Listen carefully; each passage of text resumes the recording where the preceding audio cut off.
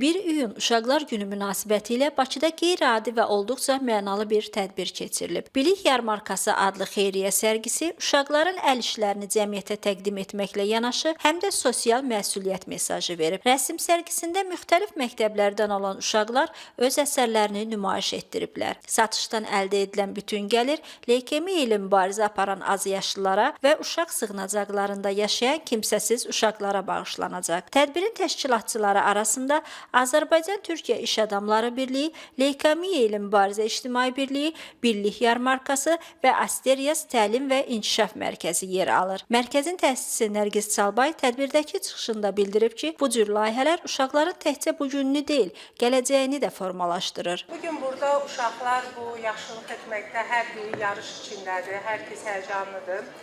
Və biz bugün burada həyatın ən çətin döyüşlərindən birində mübarizə aparan uşaqlarımızı dəstəkləmək üçün toplaşmışıq. Narkozla mübarizə aparan uşaqlarımız üçün təşkil etdiyimiz bu xeyriyyə sərgisi təkcə sənət tədbiri deyil, həmrəylik və sevgi nümayişidir.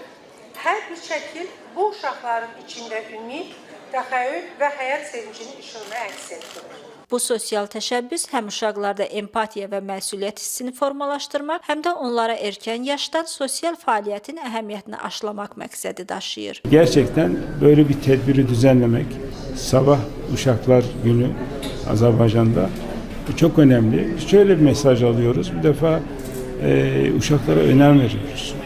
Onlar bizim geleceğimiz, bugünün uşağı, yarın sabahın büyükleridir. İyi vatandaş yetiştirmemiz lazım. Onlara aile sevgisi, vatan sevgisi, insan sevgisini yetiştirmemiz lazım. İnsani hisler vermek lazım. Onun için bu sergiyi çok değerli buluyorum, çok kıymetli buluyorum. Milli Məclisin deputatı Hicran Hüseynova da tədbirdə çıxış edərək qeyd edib ki, bu təşəbbüs sadəcə tədbir yox, uşaqlara münasibətin göstəricisidir. Çox ağır bir xəstəlik, leykemiya xəstəliyi.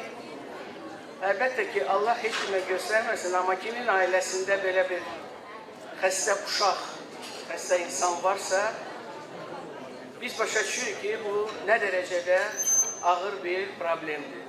Bax, mənim burada həmkarlarım da iştirak edir. Biz inanın ki, dəfələrlə bizə müraciət edən insanlar Azərbaycanda var, hansı ki, bu problemlərlə xahiş edirlər kömək.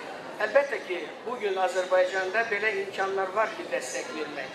Amma bu sərgi və bizim olan buna münasibətimiz göstərir ki, ümumiyyətlə cəmiyyət gərək biganə olmasın. Sərgidə yer alan rəsmlər sadəcə bədii əsər deyil, uşaqların dünyaya baxışının təcəssümü idi. Onların çəkdiyi günəşli səma, bircə oynayan dostlar, gülümsəyən simalar bir daha sübut etdi ki, uşaqlar yalnız gələcəyin yox, həm də bu günün sülh və birlik daşıyıcılardır. Bu tədbirdə iştirak eləmək üçün həqiqətən çox fərəhliyəm, qürurluyam.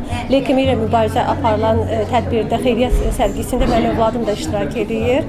Bütün təşkilatçılara, bunu düşünən hər bir kəsə, xüsusən bu gün ərəfəsində 1 iyun Uşaqların Müdafiə Günündə təşəkkür etmək istəyirəm. Çox gözəl bir addımdır, çox böyük bir təşəbbüsdür. Mən bu sərgidə iştirak etdiyimə görə çox sevinirəm. Mənim mövzum yeni texnologiya dünyasında uşaqlardır. Mən bu şəkli ona görə çəkmişəm ki, istəyirəm ki, dünya bilsin ki, texnologiya insanların xeyri var, lakin onun zərərləri də var. Zərərləri isə məsələn biz saatlarla telefona baxsaq, oyun oynasaq, gözlərimiz yorular, fikrimiz dağılır. Ona görə də çox telefona baxmaq, kompüterə baxmaq olmaz.